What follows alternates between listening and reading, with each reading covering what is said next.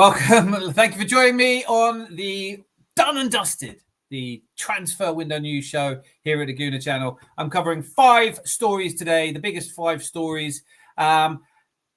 Is anyone coming to Arsenal? Of course, the micro window closes tomorrow at 7 p.m. It's not really even a window. It's more of a portal, a lunette, if you will.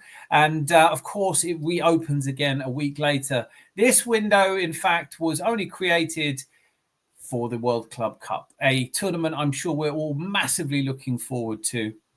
But I think for many Arsenal fans, we were expecting this not to be necessarily the busiest part of the season, the busiest part of the transfer window.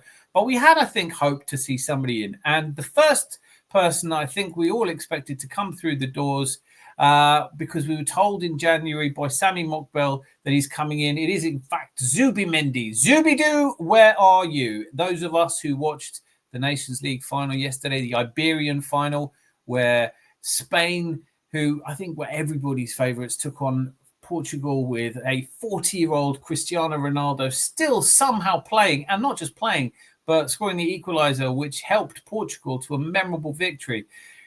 But more than just a game of football in the Nations League, I've got to be honest, I'd never really watched the Nations League before this tournament. And I'm really enjoying it, but it was also a bit of a shop window for us. Rafael Leao came on for Portugal.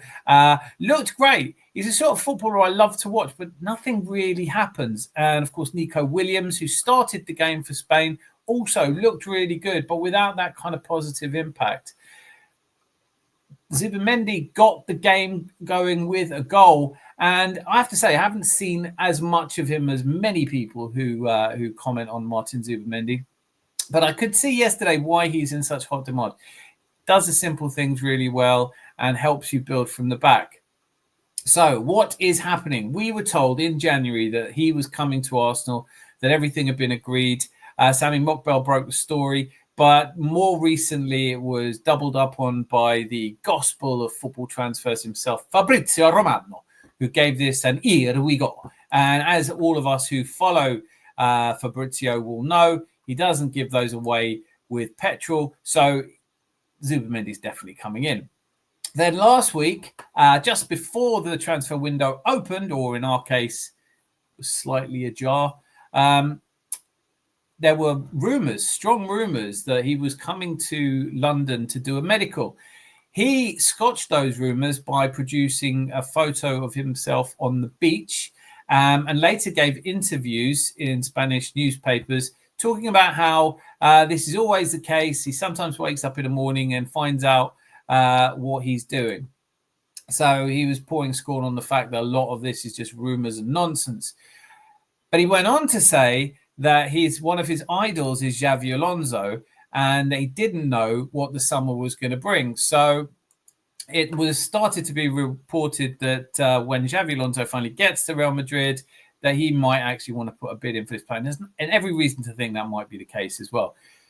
Is Martin Zubimendi therefore holding out? Now, he's got form in this. We've been chasing him for 2 or 3 years. We finally gave up at the beginning of last summer transfer window. And it seemed like we'd opted for Mikel Merino. Liverpool then swooped in. And for a little while, it looked like he was going to accept their overtures. He's basically a player who's taken a couple of clubs up the aisle and left them jilted at the altar. Has he done it again? Well, according to Fabrizio Romano, who sort of doubled down on this, and Ben Jacobs, Fabrizio Romano, in his show earlier today, he talked about the fact that according to the sources he has at Real Sociedad, they're still very much expecting Martin Zubimendi to be an Arsenal player. They don't see it as likely that Real Madrid will put a bid in, and no bid has been made yet. Meanwhile, Arsenal have all personal terms agreed and have agreed the terms between the two clubs. So at this point, whilst he's not holding up an Arsenal shirt, I don't think any of us feel really confident. But I've said this in the previous video on this subject. I'm starting to feel like maybe we shouldn't really be looking that hard at Martin Zubimendi. And you'll be pleased to hear that in the event that we aren't able to get Martin Zubimendi, we do have a backup. And that backup is Aston Villa's Youri Tielemans. Now, I know they don't exactly play in the same position. Tielemans is more of an 8. And I previously, before the start of this season, felt very much as though Youri Tielemans was past it a little bit, didn't have the running in his legs, but he had a really good season for Aston Villa. And of course, with them not making Champions League, they're going to have to look around at ways to generate money. Tielemans might be exactly the sort of player they look to sell. What would you feel about that? Do you want to see Yuri Tielemans come in? I've obviously seen a lot more of Tielemans than I have of Martin Zubimendi, and it doesn't jump off the page at me as an obvious natural choice. But if you did bring a player like that in, then maybe you could play Declan Rice further back. So I want to hear from you. I still think the Martin Zubimendi deal looks like it's on a knife edge. But if you listen to the in the nose, who've given it an here we go, so I'm not giving this a done and dusted yet. I think with a player like Martin Zubimendi, you want to keep your powder dry, don't you? Player that is very much looking like he's in is, here we go, is Benjamin Šeško done and dusted? Well, this is a really interesting one. Apparently, we are now just negotiating. Benjamin Šeško himself has agreed to join Arsenal. His personal terms are all sorted. He's ready to do it. Now it's just about negotiating the best possible price we can with RB Leipzig. RB Leipzig, another team that really need to sell. They might also be looking to sell Xavi Simons, according to rumours, a player that I would love to see us go in for.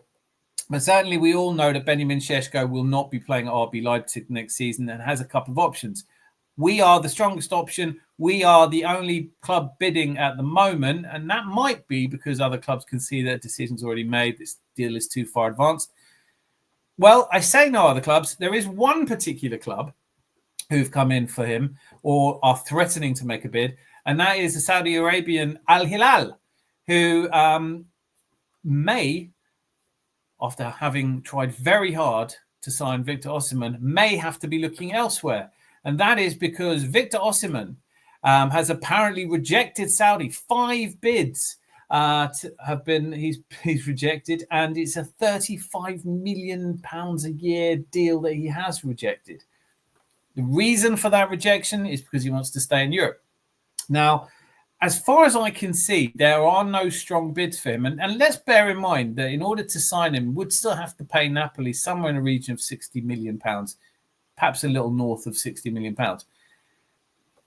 He also wants personal terms of roughly £15 million a year gross, so that he can make £10 million a year net. Now, I'm not begrudging anybody anything, but the 2 clubs that apparently are of greatest interest to him and who are therefore the most likely to sign him are ourselves and Manchester United. Now, quite where Manchester United are getting this kind of money from is a little bit beyond me. But certainly, for my thinking, I know that we've all been conditioned recently to be talking about whether it should be Benjamin Šeško or whether we should be bringing in Victor Gyökeres. The argument for Victor Gyökeres is quite obviously that, look, he is basically a ready-to-go player. He is somebody who's going to hit the ground running. All of that may well be true about Victor Gyökeres, but he really has only done it so far in his career, he's only done it in Portugal. And the problem with the Portuguese league, not to denigrate any particular league, is that João Felix did it in the Portuguese league. And of course, so did Darwin Núñez, neither of whom can really count themselves among the most prolific strikers in the world. So if people are going to take the point of view that Benjamin Šeško can't hit the ground running, even though he's the same age as Alexander Isak when he was and has scored more goals than Alexander Isak had scored when he came to England. But if you're convinced that Benjamin Šeško is going to take us too long and not win us the silverware that we desperately want this year, then surely Victor Osimhen is the most obvious choice. I personally like him as the best striker out there. One touch, goal scoring. He can do pretty much everything. And definitely ruthless goal-scoring streak in him. Proven, won the Serie A with Napoli, no mean feat. I mean, I know they've just done it again, but at the time he did it with them, it'd been 30-something years since they did it. So this is a great player. And, okay, it's a lot of money for him, but at the same time, it's got to be worth it, hasn't it? The next one I think is a really interesting story as well, because I think this one is more agent-driven. And that's Leroy Sane. Apparently, Leroy Sane has had now 4 bids. Obviously, he's been in negotiations with Bayern Munich for quite a while. Those negotiations broke down. He's changed his agent, and now all of these stories have popped out. It's Pini Sahavi, his agent, the super agent. But apparently, and according to multiple sources, he's holding out for a move to Arsenal. Now, he's 29 years old. He's had a really good season, but it looks like his time is up at Bayern. The former Manchester City player has apparently decided that Arsenal would be a great project for him and somewhere he wants to go. Now, he's going to be on a lot of money. He had a really good season. I don't know what's putting me off Leroy Sane. I feel as though it's just our experience of former Chelsea players coming in, and not quite doing it. Of course, Willian, Raheem Sterling. There is an argument that they don't sell us many players that go on to be great. But then, of course, there's Kai Havertz. And most of us did like Peter Cech and David Luiz. They just probably were a little bit close to the end of their retirement. So let me know about this one. Leroy Sane apparently has had 3 better offers. There's 4 teams that bid for him. But the interesting thing about this is that we have apparently made a bid for Leroy Sane. So this isn't just smoke and mirrors. Apparently Arsenal are seriously interested in him. But I think what we're seeing in this transfer window, and I'm prepared to eat humble pie if we do a deal before tomorrow's 7 p.m. deadline. But it looks a little bit like we're just waiting to see what's out there and keeping our options open. Whether it's Nico Williams, Rafael Leao, or Leroy Sane. It's definitely not going to be Jamie Gittins because he snubbed us for Chelsea, which I'm a little bit disappointed about. I think he's really exciting as a player. I do kind of hope Chelsea sign him because there is a really good chance he could be one of the most disastrous signings because he has that ego. He likes to cut inside. He's not really, for my money, an out-and-out left winger. But it does look like he's going to be going to Chelsea. So we're definitely not signing Jamie Gittins. But yesterday's big stories, what I want to end on, is Kepa, our new keeper. £5 million. Now, this is Kepa Arrizabalaga, who spent the season on loan at Bournemouth, finishing 9th. I think it was 8 clean sheets. A really decent season. I didn't see him play too badly. With a couple of mistakes here and there. But overall, £5 million is being quoted as the amount. Now, bear in mind that when Chelsea signed him, they did so for a record €80 million, about £71 million. He has won everything. He's been an FA Cup runner-up on 3 occasions, I think, and a League Cup runner-up twice. But he has won the Champions League twice. He has won the Europa League, sadly. The UEFA Super Cup, the FIFA World Club Cup, La Liga, Super Copa de España, the UEFA Champions League, already mentioned that, sorry, my bad, twice. But he's also won the Nations League with Spain. This is a great player. As a second-string goalkeeper for £5 million, he's only 30 years old. I can't understand why any of you would be particularly upset about the fact that all the things I'm reading about, Chelsea reject, it's £5 million. £5 million doesn't get you anything. It's going to cost Tottenham Hotspur £10 million just to get their new manager. And he's not going in goal at all. It does look like Thomas Frank is going to be the next Tottenham manager. It's all but done and dusted.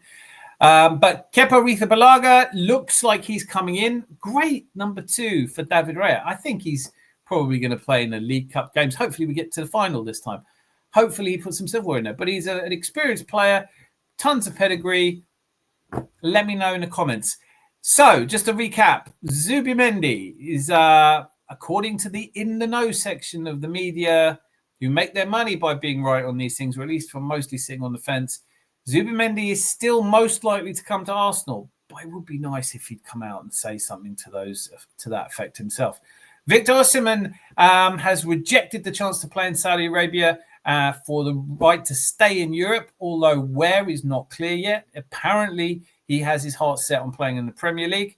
Benjamin Chesco has agreed personal terms with Arsenal. We're just waiting for a deal to be done between RB Leipzig, who are holding out for as much as they can get, and Arsenal, who seem to have all the cards here. Leroy Sane is apparently wedded to the idea of coming to Arsenal, and Kepa Arrizabalaga might well be the bargain of the century, £5 million. So I'd love to hear from you in the comments. Of course, tomorrow's closing of the transfer window is nothing to be worried about. It closes just for the World Club Cup. It shouldn't have been open. Those of you who've been complaining that Arsenal haven't done any business, please remember, it's only the 10th of June. But tonight there will be a transfer show immediately after the window closes, so we can discuss Victor Osimhen coming in and Nico Williams and Martin Zubimendi and Kepa, all of the others, right? Like, I don't know who you want, but let me know in the comments who you'd like to see come in. I think unless it's Kepa Arrizabalaga, I don't think you're going to see it. And even then, I'm not sure how it works with doing medicals. But I will see you tomorrow at 7 o'clock when the window closes. And then again at the Adams Arms at 10:30 for a regular Tuesday night club. Discuss all things football and some things which aren't. So until I see you then, be lucky and lots of love.